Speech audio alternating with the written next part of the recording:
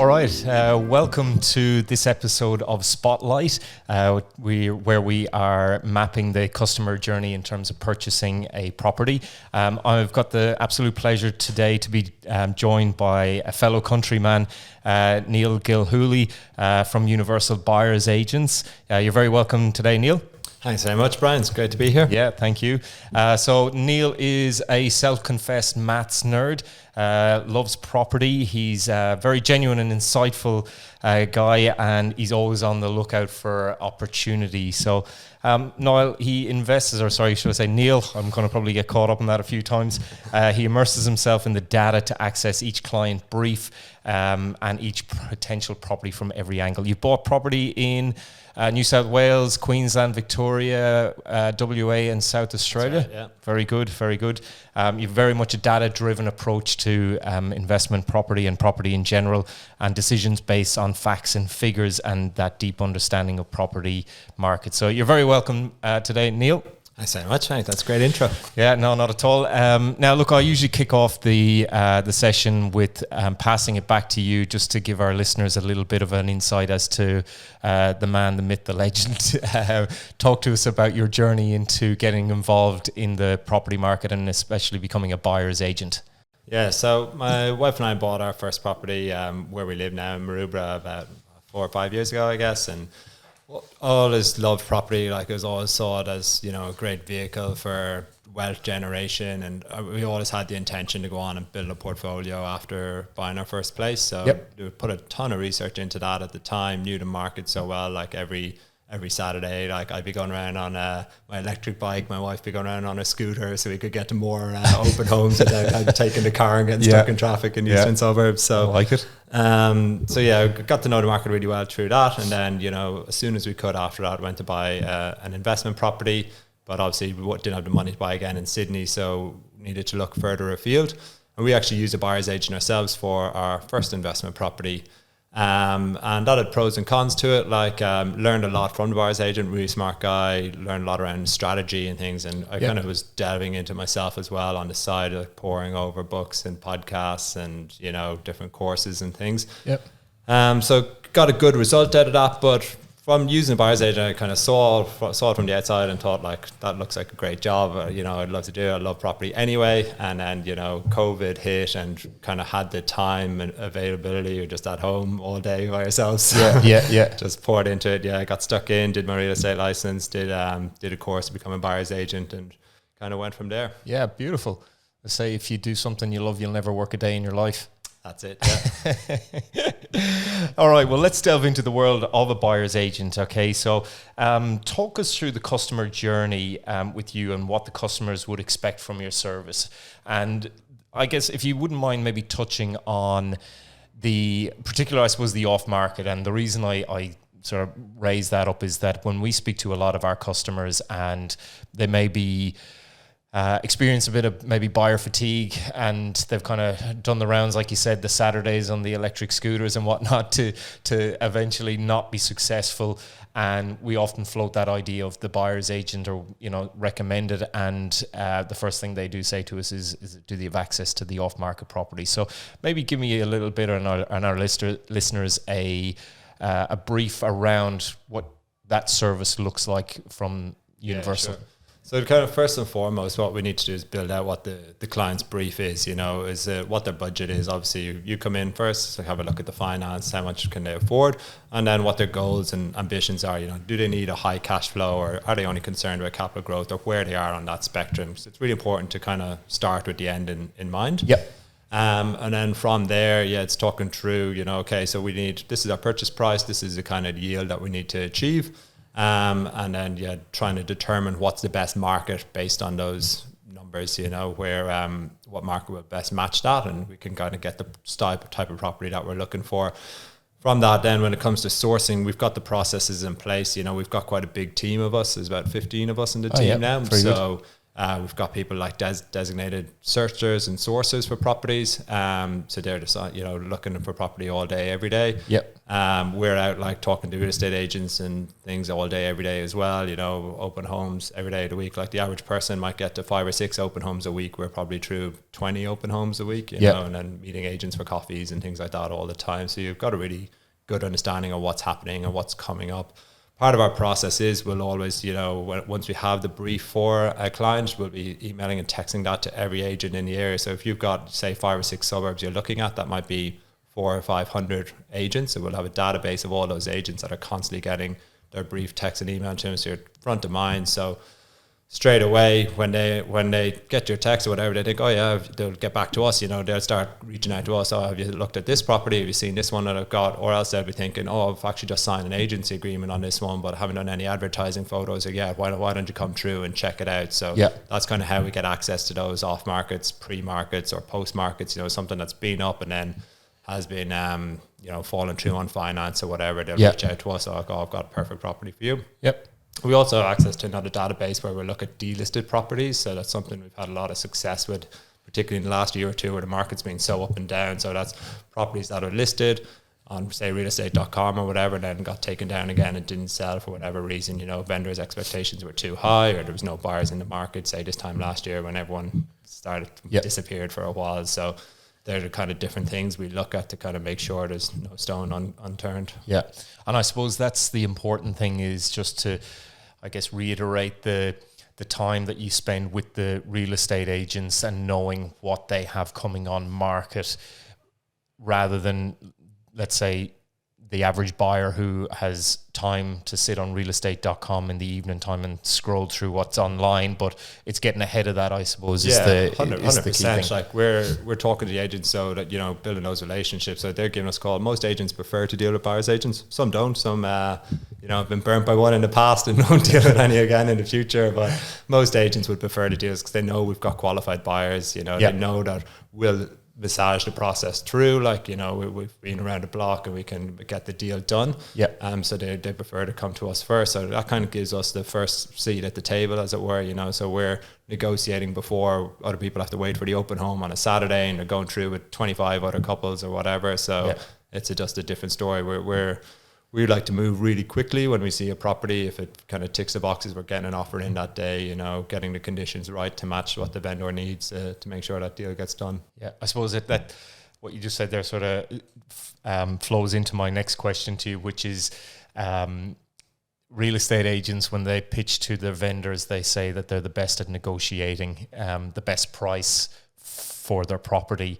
And then when a buyer's agent is introduced into the fold on the buyer's side, they have to negotiate with somebody who is a seasoned negotiator, rather than, let's say, a mum and dad or whoever it is that's out on the weekend and maybe experiencing that buyer fatigue and would be often maybe pay a premium for the property just simply because they're at the point of, we've been doing this for the last 6 weeks and we want to get the transaction done, and they just pay whatever the agent is asking for.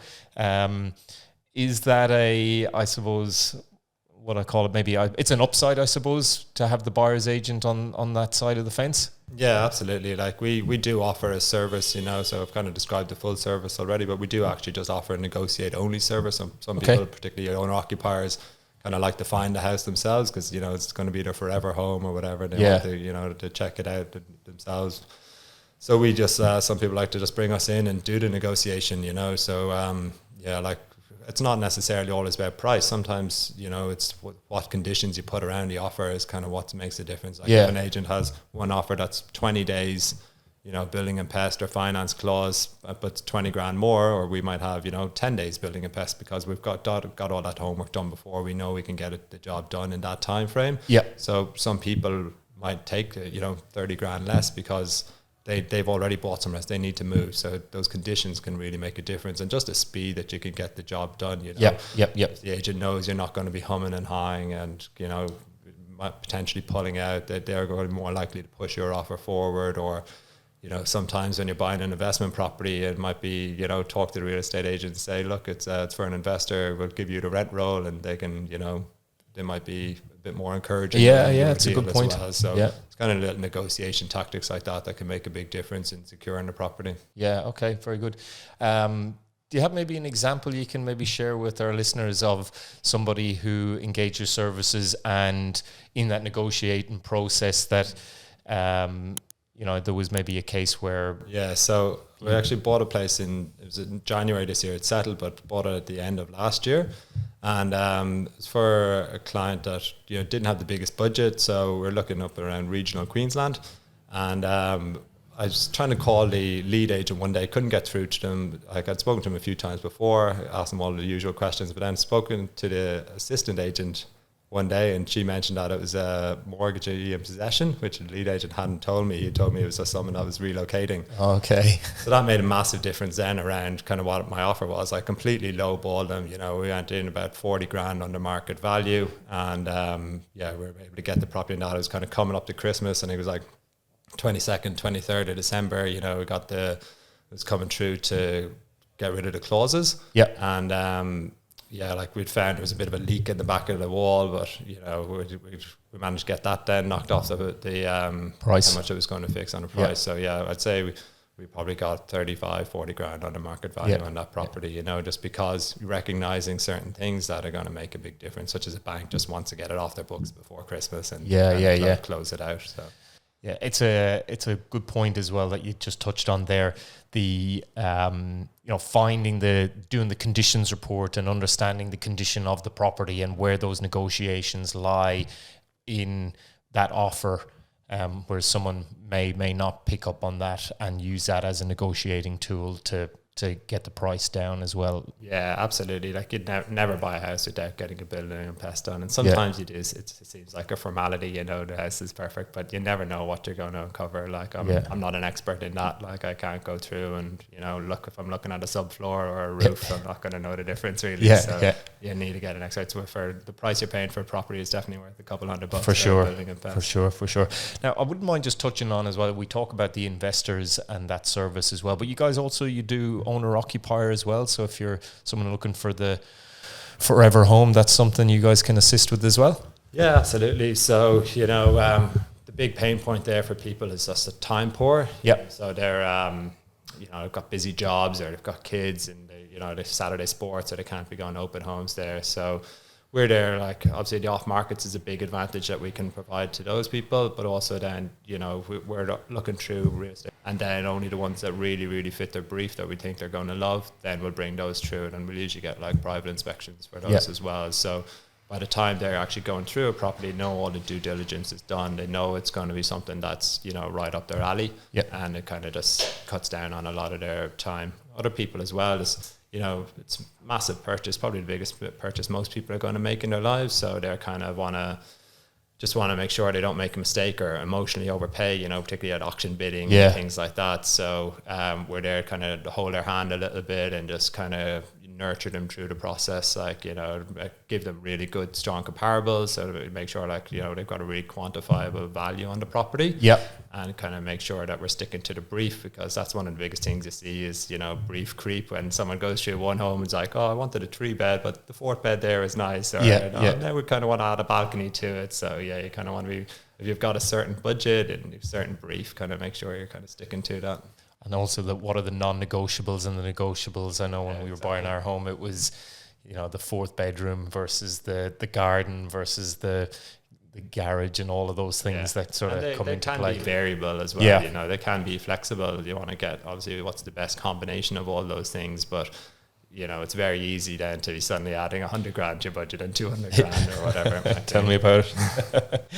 I really like as well with your process where you get a customer to send you through three or four properties that they really like, so that it gives you guys a good starting point and to see what I suppose maybe their expectation is, and then sort of work around that. I thought that was a very nice sort of touch to kind of kick things off. It's good to give people a little bit of homework just to test how serious they are, so, and just so that they have a bit of an understanding of the market, because You don't want someone being completely unrealistic and then kind of being a bit annoyed at you that you can't provide what they've got. So it's a really good exercise at the start. Someone has to find 3 properties that have sold in the last 6 months that would be in their budget, and 3 that are on the market currently that are within their budget. So that just helps us get our brief really clear at the start. So, we're not messing around for our first couple of weeks. Like, what about this one? It's like, no, that doesn't suit. Meet the brief. Yeah, of course. Exactly what we're looking for. Yep.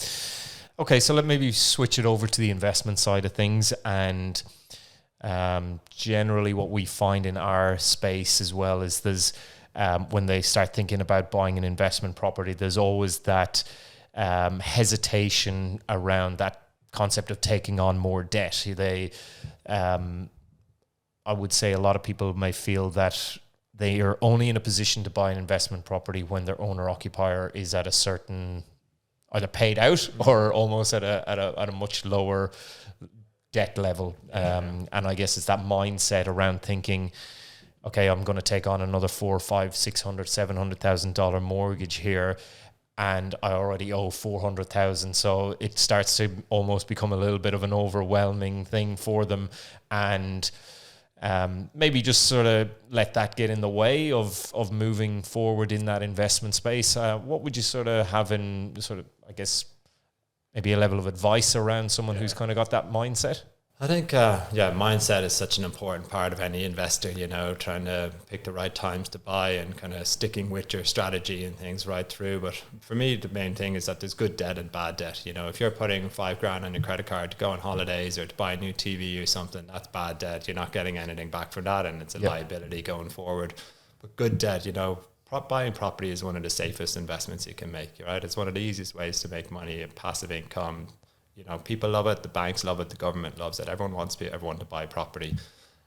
So I think that's quite an old school way of just buy your house, pay it down, and then live happily ever after. I think if you want to make quite serious money in property, you need to build out a property portfolio. One house and one investment property is not going to be enough anymore. You just don't have the cash flow from that, unfortunately. So I'd always recommend try to maximize your leverage. That's what sets property apart from the likes of shares. Where you get similar returns, but obviously margin calls are much more risky. Property, a lot less risk. You can leverage up to 80, 90%, whatever you do, and try to expand that out as aggressively as you can at the start. Build out a larger portfolio, and then my recommendation is kind of consolidate the debt then over time later on. And you can go about that in different ways. It might be, once you've got 4 or 5 residential investment properties, get a commercial or NDIS or SMSF. And those kind of other ways would say high cash flow properties to help pay down the debt on the other ones. Or, if you sell your SMSF, it's capital gains free and you can use that to pay off the debt on your other properties. And of course, the cash flow on your properties is always improving as your rents increase year on year as well. So as the rents increase, you can then use that, what was to say, slightly negative or neutral cash flow property becomes positive over time, and then you can start going P&I and paying down the principal. So it all just depends on what your ambition is, what you want to try to achieve in the end. You should always that's something you should probably set out at the start before you start investing. But that goal post can definitely change over time as you start seeing some success and you kind of want more of it. But you got to kind of really have a good idea of where you're trying to get to and build out a roadmap of how you're going to get there. And that's something we always help our clients with kind of from day one. Yeah, I think that's a really good point, is that planning side of the property journey, because I always say to people as well is that even if you write it down and put it on the fridge, and it's a fluid strategy as well, because like you said, things change in people's lives, and goals and all of those are constantly changing, and but to start somewhere is the most important part of that. I think is that if you don't start at all, then you're never going to get anywhere. It's so it's what's that saying? Fail to plan or plan to fail. What's that one? I don't know. I can't remember what it is. But if you don't plan, it's basically around making sure you actually plan something out, or otherwise you don't go. I think what you say, just writing that down can be quite powerful as well. In terms of manifesting it, so you don't forget it. Doesn't go onto the back burner or fall out of your mind. If you've got a picture somewhere on a wall or whatever, something written out, a number written somewhere, you're definitely more likely to achieve that. It. There's a lot of research around that. Yeah. Okay, very good. Look, I suppose investing, people always like to know, the experts where they feel the hot spots are. People always ask me as well, where is everyone investing? I'm doing finance. I see property come through the door every other day as well. And you look at them and you go, oh yeah, they're good. And, you see the good, the bad and the ugly and what have you. But there's a keen interest for people to understand, because I suppose there's all, like we talked about offline, is the yield component of property. There's the capital gains component of property, but people are always looking for, I suppose, the cake and eat it as well. They want everything. They want the yield, they want the growth and everything else that goes with it. So are you able to share any of the sort of areas that you're kind of looking or sort of focusing in on at the moment with current customers? Absolutely. Like, I have no problem sharing these kind of things, because, a monkey can do kung fu, or watch a Jackie Chan movie doesn't mean they can do kung fu. Yeah. So, where I've been buying majority of my investment properties for clients this year has been in Perth. Oh, very good. Yeah. So that kind of obviously changes every couple of months. Markets might shift slightly, but yeah, definitely Perth's the hottest market in the country at the moment. Yep. Predominantly, I'm looking in the north and the south of Perth, kind of about half an hour outside the CBD is kind of the sweet spot for me. People always say you can kind of have cash flow or capital growth, but you can't have, I like to think that you can have both, you know, so I like to look for those kind of markets where they're still really affordable to buy. Some people say only buy blue chip that's grown at X amount over the last 30 years, but I'd rather buy something that's going to grow at that amount over the next 30 years. Yeah. So looking for something where you can still get in at a reasonable price, kind of 4 to 750 is kind of the sweet spot for me, I think, for investment properties. And then, you're looking for something with a high yield. In Perth now, you can buy those price points at 5.5% yield, even 6% in some properties. Oh, that's good. You want the property to be able to cover itself, so there's no risk. Like, obviously, with interest rates going the way they are at the moment, you need that little bit of a buffer. So you want something with a strong cash flow, but also that's got really strong growth drivers. Like, when we start the process, we start at a macroeconomic level, and we share all this research with our clients, which is, what's the big infrastructure projects going into an area? What's the population growth like? What are the demographics, employment, median house price to median income in an area? What's that affordability ratio? So that will help decide, like, from a regional point of view, where we see the strongest markets. And then we go down, like, on the granular level, looking at it, from a suburb point of view, the metrics can be very different. Like Sydney market, you've got Bankstown and Bellevue Hill, not going to be the same kind of drivers there. Yeah. So you want to look at things like your vacancy rates, your days on market, vendor discounts. And these are all things anyone can Google. But it's not just about looking at it as a point in time, because you might have a vacancy rate of 2%, which looks pretty good. But what if that was 4% a year ago, and then, 3.8% 6 months ago, and now suddenly it's 2%. It's really tightening. It's trending the right way. So things like stock on market and supply levels, those kind of things, there's massive growth drivers. So you want to see which way they're trending is the most important thing. Yeah. Okay. Very good. Very good. And I suppose, like you touched on there as well, is the price point, and with the lending at the moment as well, getting that much tighter with interest rates going the way they are. It feels like a nice price point for people. And again, personally, I've always found that people have a sort of sweet spot in their head anyway around that. They don't want to. There's very few people that I have anyway that would be looking at buying an investment property at $2 million, or it's, again, because I think just the numbers typically don't. And the strategy changes for someone that does have that capability. Everything is done on an individual basis. I'm kind of just giving you the rough guidelines. But the first thing you do is always assess what your own circumstances are and what you're trying to get. So that can massively change. If someone has the capability of buying a $2 million investment property, then they're probably pretty unique circumstances. You're dealing with the 1%er, and you need to alter your strategy to suit that. No, fair point.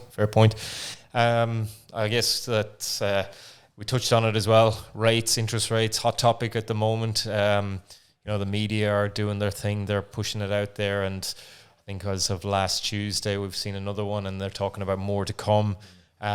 People are, I suppose, starting to get a little bit nervous. The cost of living, all of that jazz that's coming into play at the moment. The reality from what I see is that stock is low.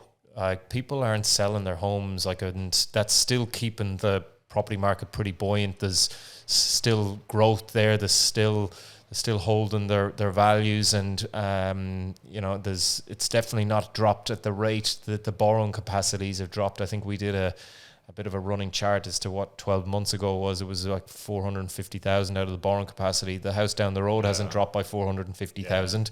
It's still holding its value. So it's one of the challenges that buyers are facing at the moment with that. Now, I guess, as I said, obviously borrowing capacity is, but what else are we looking at? Are they?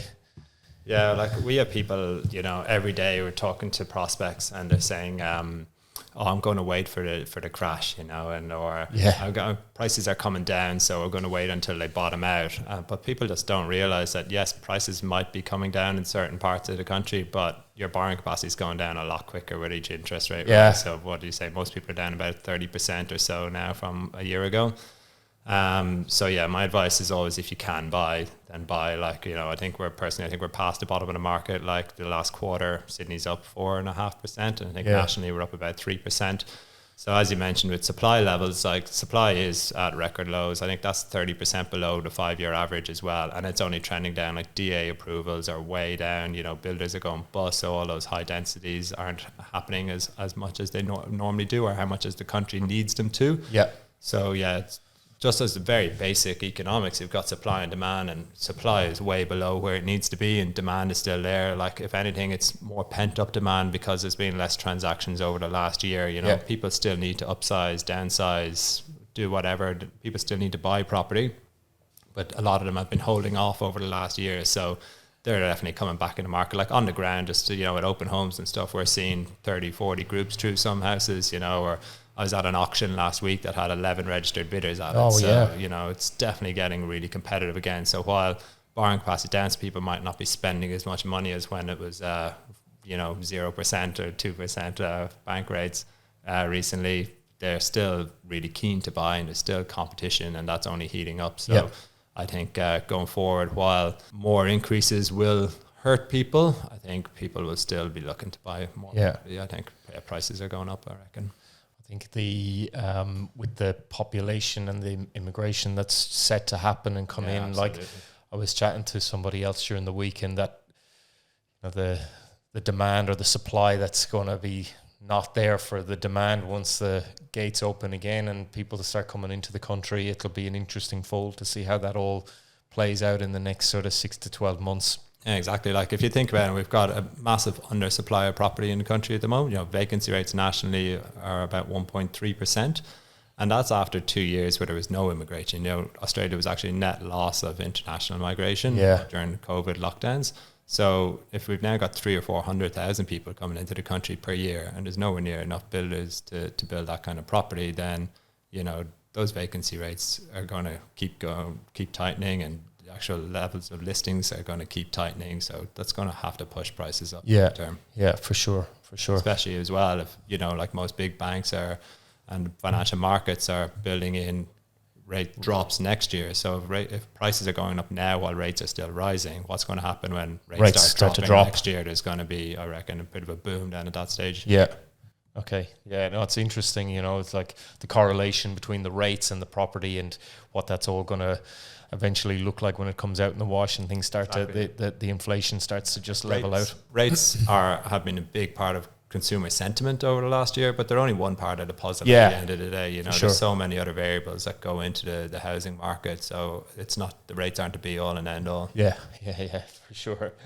Okay, you touched on there the amount of housing and with builders and what have you, and another common question we get with a lot of people, and again, some people don't even, they don't think about these things because for whatever reason they don't think about maybe the new stock versus the old stock, be that either a new apartment or a house and land package versus you specialize in the established stock. And what would, I suppose, maybe could you share your opinion on one versus the other?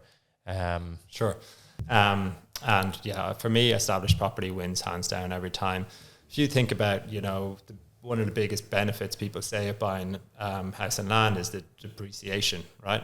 So what's depreciating there is the house, the building itself. But if you look at a house and land package, the house is taking up nearly all the land. You might have a 300 square meter block with 250 square meter house. So while the house is depreciating, the land is actually appreciating. That's what's driving up the price long term, because the appreciation of land is outweighing the depreciation of the building. Yep. But if you buy an established property, you're more likely buying a 500, 600, 700 square meter block with a 150 square meter house, a 200 square meter house, whatever it might be. So you have a much better ratio of house and land there. Yeah. So you've got a much larger portion of your purchase price is appreciating rather than depreciating. So that's why you get greater capital growth long term from an established property rather than a house and land. Yeah. House and land, I've heard some research recently where up to 50% of that purchase is generally like fees and taxes and, you know, developers' margins built into it and things as well. So while you might think you're buying a house worth $1 million, you're actually only 500,000, and that's only actually the house itself. So it's just something you've got to be careful with, that, you know, long term it's going to grow more. I'm going to throw this one at you because this is from a personal aspect, is that when we talk about like house and land size and everything, and I spend my weekends out looking after the maintenance on the lawns and everything else, I come in on a Sunday and I'm ready to go to bed at 4 o'clock in the afternoon. Like, our buyers and owners and that, like, in terms of maintaining, you know, maintenance of land and maintenance of gardens and all of that, like the new age people, they don't want that maintenance, or they don't want to be doing all of that sort of handiwork around the house. Is it? I don't know. I guess that's a very individual basis. Like, I suppose. You hear some people, like, I know Peter O'Mahony in the Irish rugby team loves gardening, for example. So, that's it. Yeah, I saw that. He's a young lad our age, like. So I think it makes very much a case by case basis. Like, for investors, they obviously want the minimum amount of maintenance they can.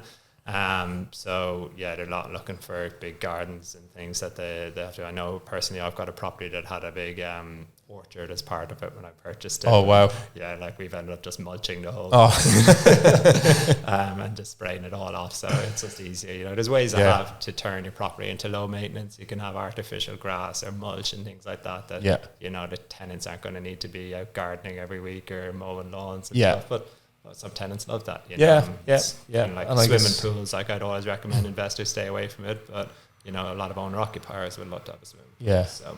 And I suppose as well, like, for the investors that may have a couple of kids and what have you, they may like to have a bigger garden for kicking ball and whatever at the back. I completely understand. All right, so let's say I'm thinking of buying a property at the moment, or I want to buy an investment property. Can you maybe share 3 tips that you would maybe give to our listeners if they're in that sort of, you know, getting close to that mindset or get that mind frame? What would you say to them? So first thing, obviously, a bit of a plug for you, but talk to your mortgage broker. Okay, thanks. Get your budget right. You know, you need to know exactly what you've got to spend. So you might not want to spend it all, but it's obviously good to know what you're dealing with, because that's going to obviously narrow down certain suburbs, or, you know, whether it's a 3-bed or a 4-bed that you're looking for and things like that. Secondly, get really specific on your brief. Again, write that down like we discussed earlier. You know, is a balcony a make or break on a property? If it's an apartment, does it have to be a ground floor, or, you know, whatever it might be? So be really specific where you're going to look, and what kind of property you want to get from that. And then by far the most important thing is just do your market research, know what your market's like inside out. If you're going to go do it yourself, you want to be seeing probably 50 properties before you buy. Don't go out and decide to buy the first one you see. Make sure you know what a 2-bed costs in there, you know what a 3-bed costs in there, you know what something 40 years old is going to cost versus something 20 years old, or, you know, if it's 6 stories versus 2 stories, what the difference is going to be in price points. So just know all those ins and outs, get to know your agents, get on their databases, you know, all those ways that you can know your market inside out and have the best chance of finding what you're looking for and under budget. Yeah, love it. Okay, great. I'm going to throw out there the team. I love the aspect of when people are buying properties to surround yourself with a good team. Absolutely, yeah. I think, you know, working with buyers agents and you know, obviously we sit in the finance side of things, but having a good solicitor that can act quickly on contracts. And 100%. I've seen so many deals fall through. As like, we always have the conversation when we bring a client on board, is like, oh, have you got your own solicitor, and kind of what are they like? We'll always have a conversation with them at the start of the process versus, you know, someone we might recommend. Because for me, the best time to put an offer on is a Friday afternoon, because, you know, no one else is going to be offering. If you put an offer in and an agent thinks, good, brings it to the buyer and like, yeah, okay, that's good, they're not going to really shop it around. People are going to be out in the pubs, they're doing whatever, they're taking their time off. So you've got your offer in on a Friday evening, 24 hours. So you need your conveyancer or solicitor or whatever to be available, like, you know, 8 o'clock on a Friday night or first thing on a Saturday morning. So there's only so many solicitors and conveyancers that would do that. So it can be a make or a break on a property. You know, good tax depreciation specialist is key. Good accountant, you know, figure out what structures you're going to use ahead of time. And then, good mortgage broker, get you the best bang for your buck. And good buyer's agent to find you the best property. Look, and the reason I bring it up is because over the years I've, you know, working with buyer's agents, is they'll call me on a Saturday and say, hey, is this okay? Is this within budget? Can we do this? Are we good for timing and what have you? And like, if I see Neil's number come up on a Saturday, I'm taking that call because I know he's out, he's looking at a house and he needs an answer on that. And whereas the other person who's making the offer has to wait for either the bank or whoever else it is that they're speaking with on Monday. And if you're... It's too late. You need it, you want it now, you need to make the offer and you need to give them the deadline to make it happen. Back in 2021, you know, when the market was going crazy, like, there's certain parts of, like, I was buying quite a lot in Toowoomba at that time, and there was certain, like, that was days on market of like 14 days, and that was like max. So, you know, that place would go up on Tuesday, they'd have an open home on Saturday, and it'd be like offers closed on Sunday, you know, be off the market by Monday. Oh, so that's incredible. You have to be able to move really quickly, and having a mortgage broker and solicitor that can, you know, action those things, turn it around at a time, is key. No, I understand. Neil, from Universal Buyers Agents, tell us, how will our customers be able to get in contact with yourself if they want to explore the Buyers Agent services? So you can check out our website, universalbuyersagents.com.au, or you can email me, Neil, spelled Niall, Niall, at universalbuyersagents.com.au, or just reach out to my number, 0466 599 587. That'll all be in the show notes. Great. Thank you very much. It's been an absolute pleasure. Thanks for taking the time. I know you're a busy man, and really appreciate you coming in today and having a chat. Thank you very much. Cheers.